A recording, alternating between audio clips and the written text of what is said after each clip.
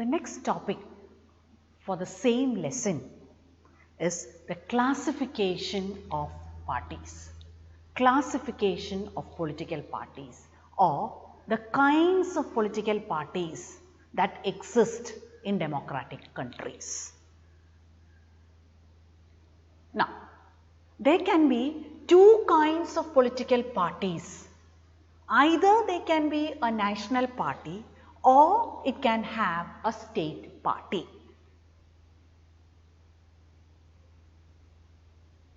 Almost all federal democratic governments all over the world tend to have two kinds of political parties, namely the national party and the state party.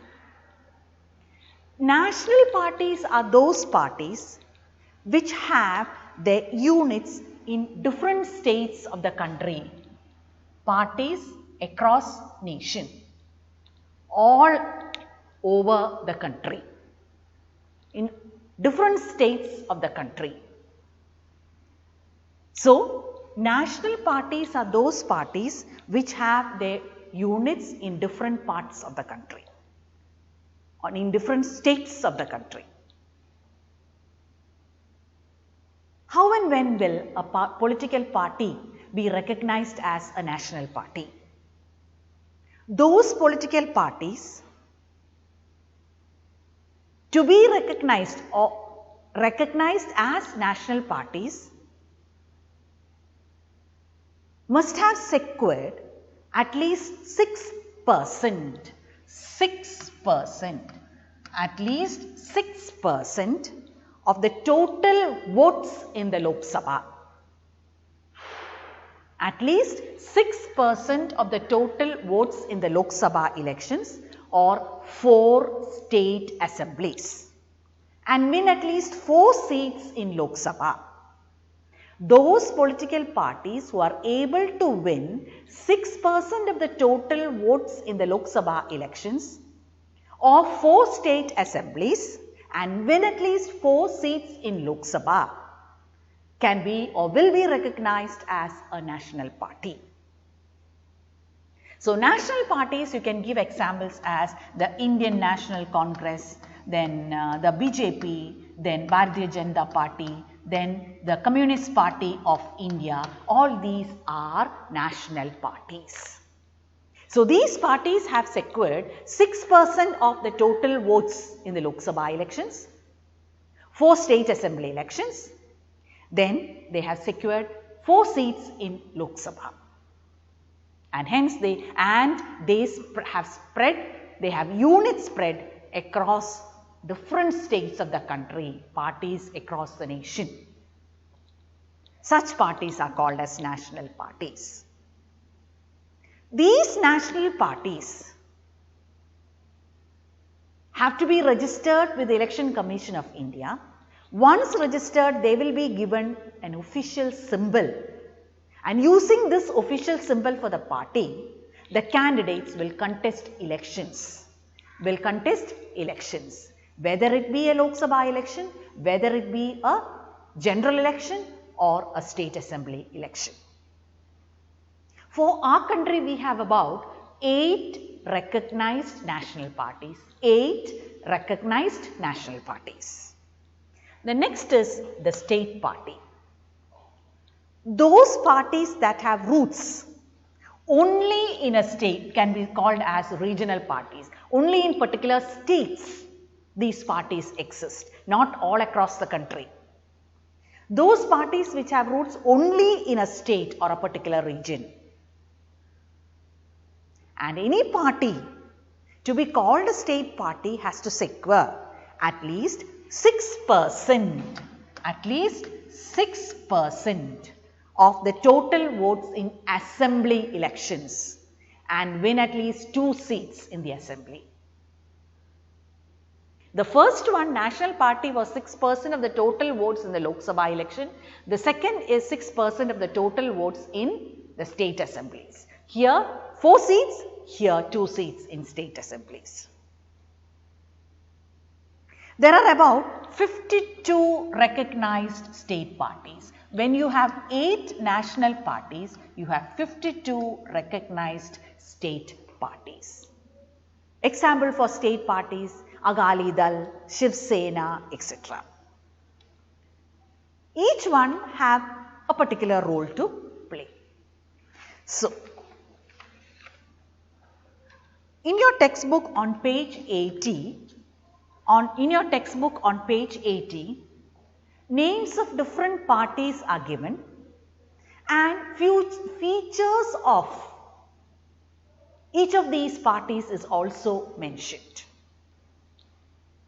When we started learning about political parties, we learned each political party will stand for a particular section of the society. They will have their own ideology, etc. So, that can be seen here when we try to study or analyze each of these parties. So, we will take into consideration a few among them. First, we will see the Indian National Congress. On page 81, you have the Indian National Congress, which was formed in the year 1885.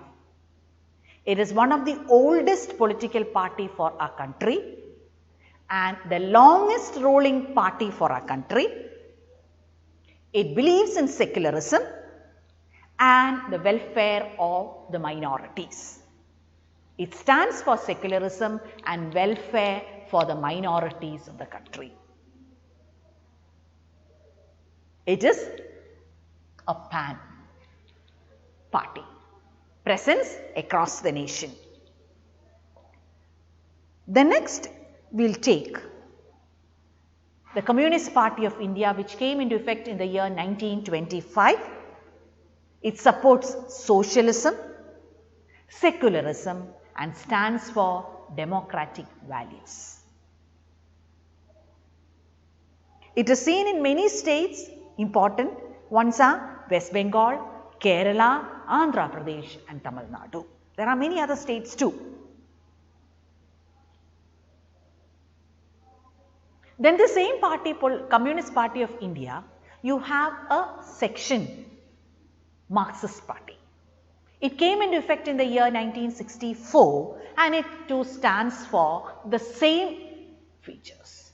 It stands for socialism, secularism, democracy. West Bengal, Kerala, Tripura, etc. are the states where they are mainly found along with other states.